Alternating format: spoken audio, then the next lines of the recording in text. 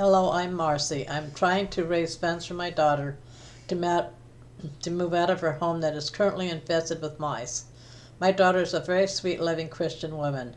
She works as a special ed teacher and puts so much into taking care of her kiddos. She has a terrible fear of any rodents. Every day is a living hell for her as she can hear them in the walls. She moved in over 3 months ago and they've been there from the start. She sees them when she opens cupboards or closets. She's barely getting any sleep because of the sounds. She feels terrible that it's starting to affect her ability to help and teach her students. I'm Liz, a fellow church member of Marcy. After hearing her and her daughter's troubles, I was moved to help them. Marcy, although fairly tech-savvy, asked that I help do the technical work to set up this GoFundMe. Marcy gets nervous in front of a camera, so she's written everything down and is reading it to help her. I'm doing a little reading myself, just because I also get a little camera shy. I've texted back and forth with her daughter and heard many of Marcy's stories. Her daughter is so kind and thoughtful. She takes the time to compliment her mother and even me, and does just the little things that brighten your day. She's estranged from most of her family except me. My daughter has no current partner, so all she has is me. But I'm on a fixed income and can only do so much. I have severe depression, and this causes me much mental anguish.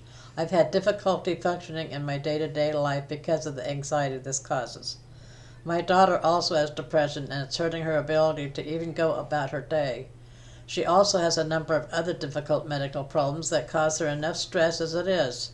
She says she's afraid to even get out of bed and walk around the house out of fear of being attacked. And that she's on the edge of a mental breakdown. Her daughter always sounds so scared and lost. She once said it's like walking through hell. She's always putting on a brave face, but you can practically hear the anxiety and stress through her words. A total of 35 illnesses have been associated with rodents, with hantavirus pulmonary syndrome, HPS, being the most dangerous.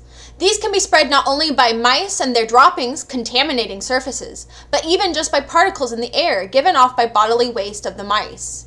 Many illnesses can be fatal. Gene Hackman's wife, Betsy Arakawa, died from HPS. On top of the health risks mice pose, they are rapid breeders, which means they can rapidly get out of hand. 2 mice can turn into 60 in 3 months, and that's without new mice moving in. With no outside help, 2 mice can produce 60 babies a year, which, if you calculate it all out, is somewhere in the order of 5,100 mice in a single year. Mice chew to maintain their teeth length, resulting in them chewing through drywall, rubber, plastic pipes, insulation, aluminum, and potentially wires or gas lines. Chewing through wires could cause power fluctuation and increase risk of fires. Or chewing through gas lines could expose you to harmful gases that, if not caught, are certainly deadly. It has been estimated that rodents cause up to 20% of undetermined fires in the United States each year. Our family has already suffered so much. My daughter Wendy was brutally murdered and her California home burned down with her inside. It haunts our family. It broke us. Even as we move on with our lives, it has never left our hearts. My daughter was especially close with her sister Wendy, and it makes every day a struggle. Wendy's case is cold-cased, and Marcy and I have spent so many hours working on it. I visit Marcy 4 times a week, and no visit goes without reliving memories of Wendy and worrying about her family. She's such a humble and spiritual woman, and her family always comes first. I just wish we could do more for her and her family. I've had triple nightmares over it ever since Wendy's murder, and now they are being joined by nightmares of another daughter dying. The landlord refuses to do anything about it and won't allow a cat to deal with it. Her daughter is trying to look for a new place, but the deposit alone is far too much, let alone moving expenses, which she only just got done with. Please help us raise money to get my daughter out of this living nightmare. Any donation helps. God bless you.